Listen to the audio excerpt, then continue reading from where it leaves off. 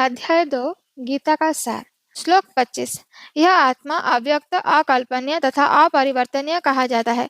यह जानकर तुम्हें शरीर के लिए शोक नहीं करना चाहिए। 26। किंतु यदि तुम यह सोचते हो कि आत्मा सदा जन्म लेता है तथा सदा मरता है, तो भी हे महाबाहो, तुम्हारे शोक करने का कोई कारण नहीं है। 27।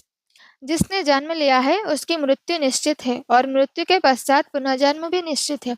अतः अपने अपरिहार्य कर्तव्य पालन में तुम्हें शोक नहीं करना चाहिए।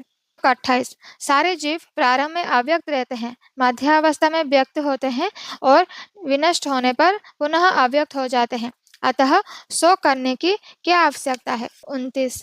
कोई आत्मा को आश्चर्य से देखता है, कोई इसे आश्चर्य की तरह बताता है तथा कोई इसे आश्चर्य की तरह सुनता है, किंतु कोई कोई इसके विषय में सुनकर भी कुछ नहीं समझ पाते। 30। हे भरतवंशी, शरीर में रहने वाले का कभी भी वध नहीं किया जा सकता, अतः तुम्हें किसी भी जीव के लिए शोक करने की आवश्यकता नहीं है। 31। क्षत्रिय होने के नाते अपने विशिष्ट धर्म का विचार करते हुए तुम्हें जानना चाहिए कि धर्म के लिए युद्ध करने से बढ़कर तुम्हारे लिए अन्य कोई कार्य नहीं है, अतः तुम्हें संकोच करने की कोई आवश्यकता नहीं होता है। 32। हे पार्थ, वे क्षत्रिय सुखी हैं जिन्हें ऐसे युद्ध के अवसर अपने आप प्राप्त होते हैं, जिससे उनके लिए स्वर्गलोक के द्वार खुल जाते हैं। 33। किंतु यदि तुम युद्ध करने के स्वधर्म को संपन्न नहीं करते, तो तुम्हें निश्चित रूप से अपने कर्तव्य की उपेक्षा करने का पाप लगेगा और तुम युद्ध के रूप में भी अपना यश खो दोगे। 34। लोग सदैव तुम्हारे अपचय का वर्णन करेंगे और सम्मानित व्यक्ति के लिए अपचय तो मृत्यु से भी बढ़कर है। 35।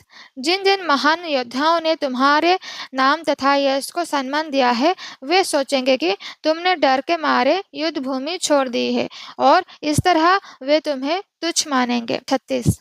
तुम्हारे शत्रु अनेक प्रकार के कटु शब्दों से तुम्हारा वर्णन करेंगे और तुम्हारी सामर्थ्य का उपहास करेंगे। तुम्हारे लिए इससे दुखदायी और क्या हो सकता है। 37। हे कुंती पुत्र, तुम यदि युद्ध में मारे जाओगे तो स्वर्ग प्राप्त करोगे, या यदि तुम जीत जाओगे तो पृथ्वी के साम्राज्य का भोग करोगे। अतः दृढ़ संकल्प करके खड़े हो और युद्ध करो। 38। तुम सुख या दुख, हानि या लाभ, जय या पराजय का विचार किए बिना युद्ध के लिए युद्ध करो।